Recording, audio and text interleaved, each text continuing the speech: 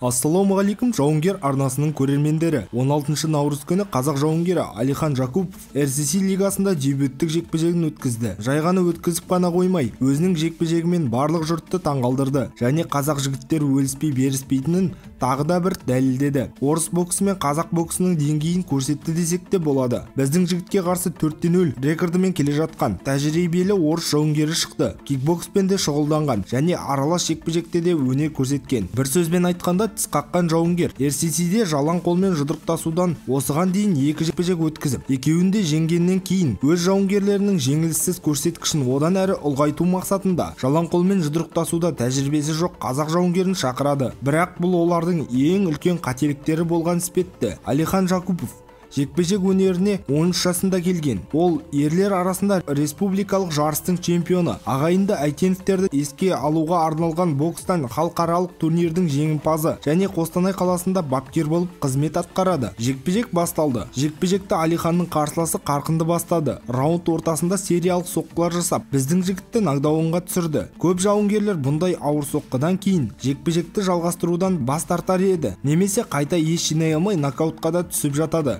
Бірақ бойында батырдың қаны бар, жалындаған қазақ жауынгері емес. Алихан ауыр соққыдан кейін қалпына келіп, жекпе-жекті жалғастырып, бір соққымен қарсыласын қаңбақтай ұшырады. Жауынгер орнынан тұрғанымен, жауынгердің денсаулығына алаңдаған төреші жекпе-жекті тоқтатуға мәжбүр болды.